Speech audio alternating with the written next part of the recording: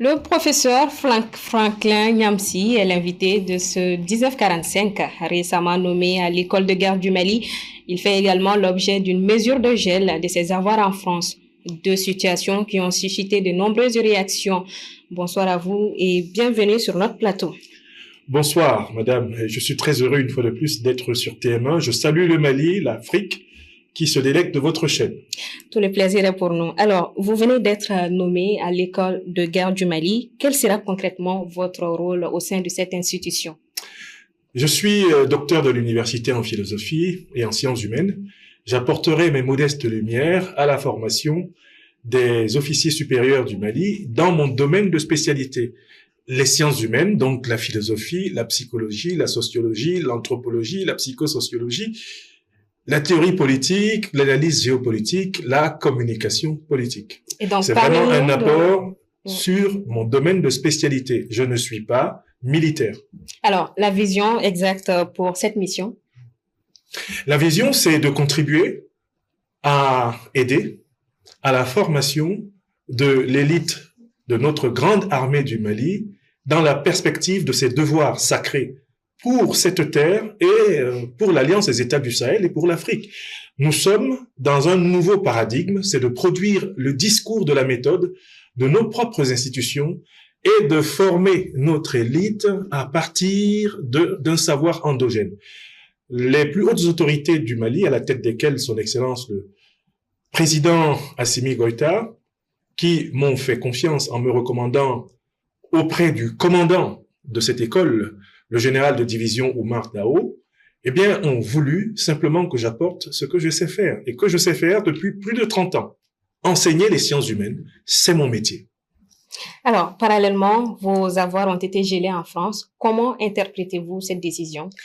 Le 10 février 2026, le président français Emmanuel Macron, eh bien, à travers ses ministres de l'économie et des finances d'une part et ministre de l'Intérieur, a produit un arrêté arbitraire, décidant de geler tous mes avoirs et mes biens économiques en France au motif que j'aurais porté atteinte à la nation française, porté atteinte à la diplomatie, à la défense et même à la sauvegarde de la population française, simplement à travers la production de mes livres, de mes conférences, à travers la production de ma critique du néocolonialisme français en Afrique.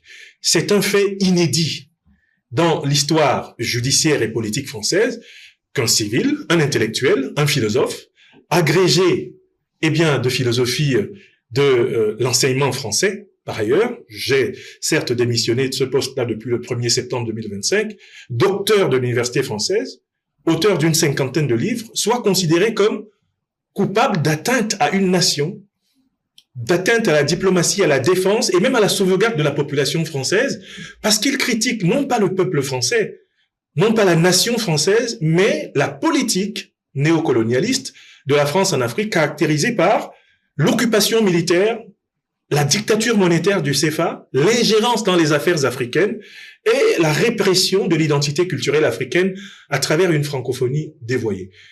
Mes avocats, un collectif donc de l'Institut de l'Afrique des Libertés, qui sont mobilisés en une dizaine, introduiront une instance contentieuse dès lundi prochain. Et ce qui est très grave, c'est que M. Macron justifie cette décision qui n'est pas celle d'un juge. Elle a été prise au palais de l'Élysée, au gouvernement, à Matignon. Elle a été prise place Beauvau et au ministère de l'économie à Bercy. Il la justifie par le fait que j'agirais sous l'influence, sous les instructions de la Fédération de Russie, de la République du Mali, de la République du Niger et de la République, et en tout cas du Burkina Faso, ce qui est extrêmement grave. Mon engagement pour l'émancipation africaine date de mes 19 ans. J'en ai bientôt 54. J'ai écrit une 50aine de livres et la plupart de mes livres ont été écrits avant 2017, date de l'arrivée du président Macron au pouvoir, et ils ne m'ont jamais été dictés ni par la Russie, ni par les présidents de l'Alliance des États du Sahel.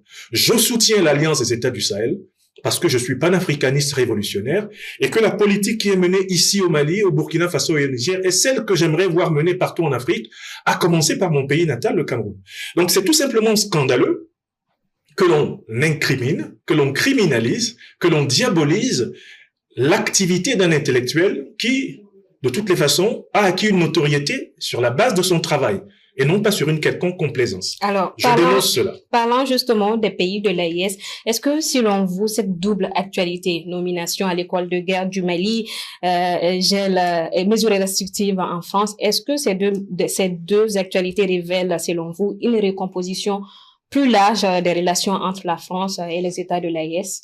Alors, la France a voulu en quelque sorte, en tout cas le président Macron, présenter l'arrêté qu'il a fait signer le 10 février comme une sanction de mon engagement pour apporter un enseignement en sciences humaines à la grande école de guerre du Mali. Pourtant, il ne devrait y avoir aucun rapport entre les deux événements. Dans toutes les écoles de guerre, et notamment donc les écoles supérieures de tous les pays du monde, des spécialistes de toutes les disciplines contribuent à la formation. C'est un fait banal. Mais il y a un vrai problème. Ils n'ont pas compris que l'Afrique n'a plus besoin de passer par Paris pour penser. Elle n'a pas besoin de passer par Paris pour agir, pour innover, pour créer, pour décider. L'Alliance des États du Sahel a son centre en elle-même. C'est pas une organisation aliénée. On a quelques organisations sur notre continent qui sont aliénées, qui fonctionnent sur piston. On en connaît plusieurs. Mais la deuxième chose qu'ils n'ont pas compris, c'est que si on veut un renouveau des relations franco-africaines, il faudra baser ce renouveau sur la vérité, la justice et la reconnaissance solidaire des actes qui ont été posés. Les crimes de guerre commis par les armées négrières coloniales, néocolonialistes et impérialistes occidentales en général, françaises en particulier en Afrique, doivent être jugés. Ils doivent être réparés, ils doivent être indemnisés. C'est sur cette base que de nouvelles relations véritablement fraternelles et équitables seront possibles. Au lieu de flinguer les messagers, que sont les intellectuels, les activistes, les militants panafricanistes, comme moi, il faut écouter le message de vérité et de justice qui vient de l'écrasante majorité des jeunes générations africaines. L'ancien président français, Jacques Chirac, 2 fois élu président de la République, a prévenu tout le monde. En France, l'argent que nous avons dans notre poche vient pour l'essentiel de l'exploitation de l'Afrique depuis les siècles. Il faut rendre aux Africains une partie de ce qu'on leur doit, d'autant plus que, si c'est pas le cas, nous irons vers de très grandes convulsions. C'est une citation par cœur. Et je cite le président Macron. En juin 2017, dans Le Figaro, il dit « Nous, Français, nous avons eu tort de faire la guerre contre la Libye, car il en a résulté partout des États sahéliens faillis et des groupes terroristes qui prospèrent. » Ces 2 chefs d'État français reconnaissaient à demi-mot la responsabilité de la France dans le désordre et la déstabilisation, ce qui n'exonère pas les Africains eux-mêmes d'une partie des responsabilités de ce qui nous arrive, mais ils reconnaissaient cette responsabilité. Et toute mon œuvre est simplement de mettre chacun face à ses responsabilités afin qu'on aille vers un monde réconcilié. Donc, enseigner dans une école de guerre, c'est quelque chose d'ordinaire, mais qui est réservé à des gens compétents. Et il y a des compétences de toutes les disciplines qui enseignent dans toutes les écoles de guerre du monde. Cela étant dit, ici, en Afrique, l'engagement fondamental, c'est la souveraineté. C'est la trilogie, souveraineté, liberté de choix stratégique, défense de nos intérêts vitaux. Et ce qu'ils ne veulent pas comprendre à Paris, c'est que l'Afrique peut vivre sans eux. Et donc, professeur, l'impérial terrorisme ou encore pour un nouveau leadership populaire camerounais, où en sommes-nous avec le parcours de ces livres? Alors, l'impérial terrorisme, je le dis vraiment sans vantardise, c'est l'essai politique de l'année 2025. Il a été édité ici au Mali, à Bamako, lancé au mémorial Modibo Keïta, ce livre. Je rassemble dans ce livre essentiellement les preuves occidentales de l'origine des organisations terroristes qui ensanglantent notre continent. Preuves américaines, preuves européennes, preuves françaises. Et on se rend compte que nous ne sommes pas attaqués pour des raisons religieuses.